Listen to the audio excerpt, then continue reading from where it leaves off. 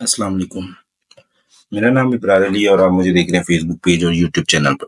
आज के सेशन के अंदर हम लोग एडवांटेज प्लस ऑडियंस को डिस्कस करेंगे, इसके पीछे का कॉन्सेप्ट समझेंगे, वर्किंग फिनोमेना देखेंगे और फिर मैं एज मैनेजर के अंदर आप लोगों को लेकर चलूंगा वहां पर अपनी कैंपेन के ऊपर एक स्ट्रेटजी आप लोगों के साथ शेयर करूंगा जो बहुत वैल्यूएबल स्ट्रेटजी है। अमेजिंग रिजल्ट इसके ऊपर मिलेंगे, कॉस्ट पर परचेज बहुत सस्ती पड़ेगी। और तो इस सेशन के अंदर जो चीजें अभी मैं आप लोगों के साथ शेयर कर रहा हूँ बहुत वैल्यूएबल है। एडवांटेज प्लस ऑडियंस का जो ऑप्शन फेसबुक ने इंट्रोड्यूस किया हम इसके ऊपर भी डिस्कस करेंगे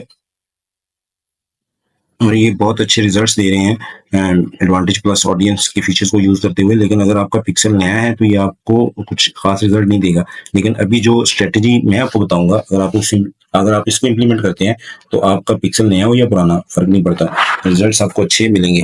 एडवांटेज प्लस ऑडियंस का जो मकसद है वो ये है कि फेसबुक अभी आपसे कहती है कि मेरी आर्टिफिशियल इंटेलिजेंस इतनी स्ट्रांग हो चुकी है कि मुझे ये जरूरत नहीं है कि कोई मुझे बताए किसे टारगेट करना है और किसे टारगेट नहीं करना। आपके पास ये ऑप्शन मौजूद है कि आप इसको सिलेक्ट कर सकते हैं, लेकिन अगर आप एडवांटेज प्लस ऑडियंस का ऑप्शन यूज करते हैं तो फेसबुक ये कहती है कि मेरी इंटेलिजेंस के ऊपर छोड़ दें, सब कुछ मुझे बस कंट्री बता दो, लोकेशन टारगेट कर दो और एज बता दो। मिनिमम एज क्या रखूं, 18, 20 या 25। बाकी सारा काम मेरी आर्टिफिशियल इंटेलिजेंस पर छोड़ दो, मुझे पता है तुम्हारा सही कस्टमर कहाँ है फेसबुक पर, मैं उसे खुद ही ले आऊंगा। ये आपसे फेसबुक कहता है प्लस ऑडियंस की जो ऑप्शन है ये काम करता है आपके पिक्सल की बेस पे।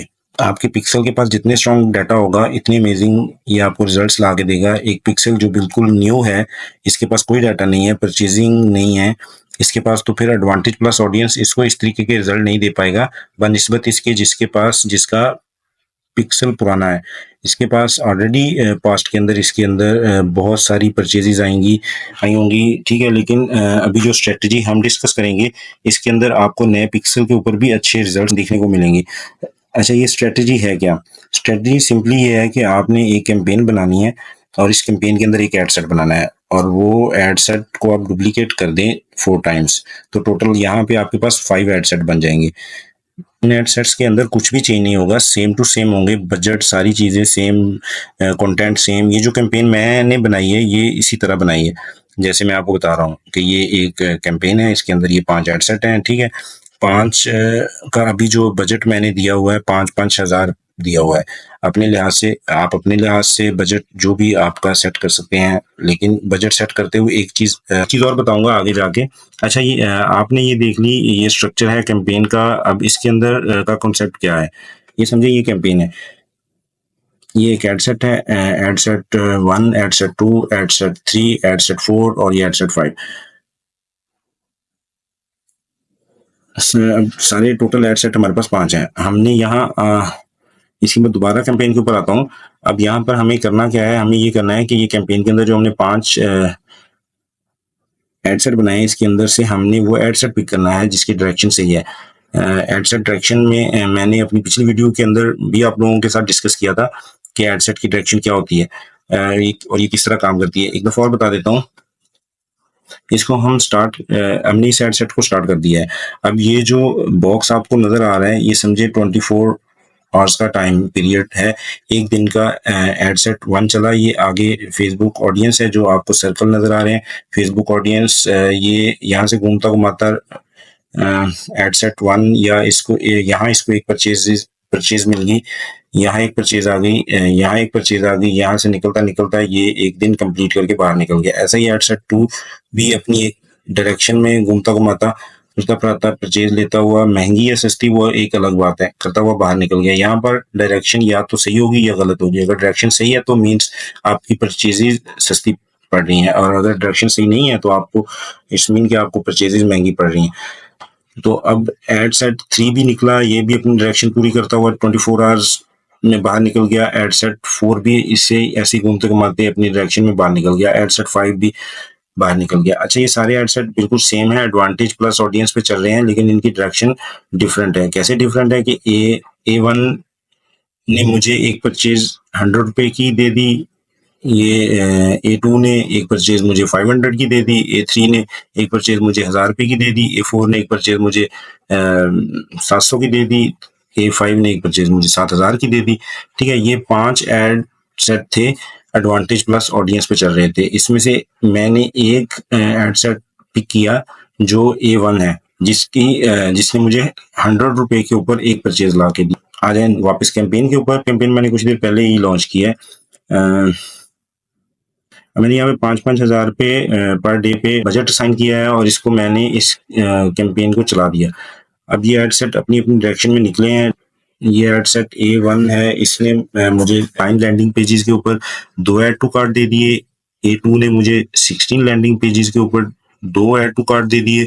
A3 ने मुझे 7 लैंडिंग पेजेस के ऊपर 1 ऐड टू कार्ट दे दिया।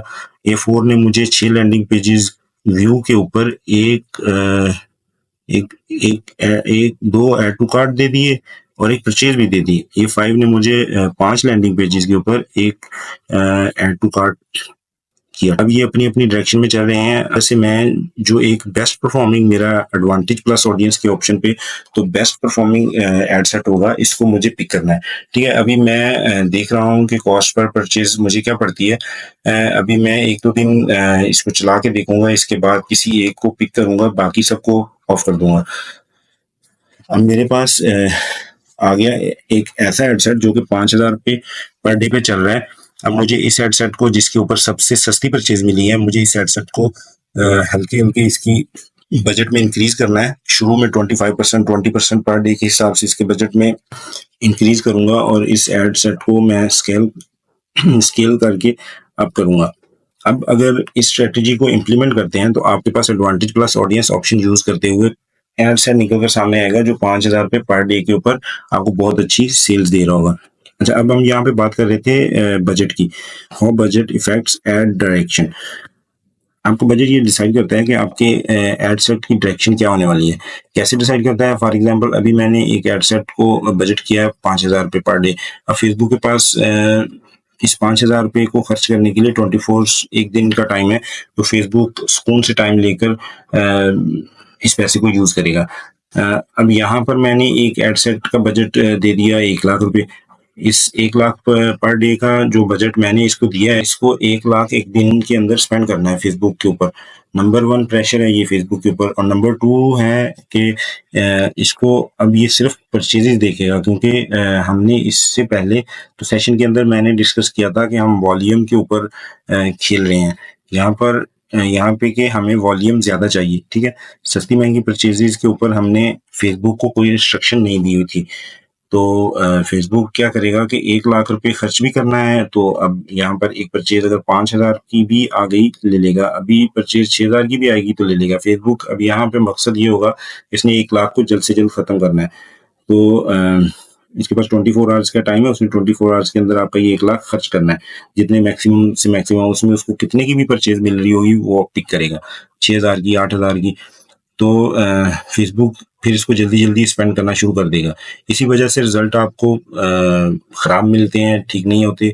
तो ये एक स्ट्रेटेजी थी जिसको आप इम्प्लीमेंट करके अपने लिए अच्छे रिजल्ट निकाल सकते हैं। बहुत शुक्रिया वीडियो देखने के लिए। अगर आपको ये वीडियो पसंद आई तो पेज को लाइक और चैनल को सब्सक्राइब करना मत भूलिएगा। घंटी का बटन भी दबा दीजिएगा ताकि हर आने वाली वीडियो से आप बाखबर रहें। और मिलते हैं अगली वीडियो में, तब तक के लिए इजाज़त दें। अल्लाह हाफ़िज़।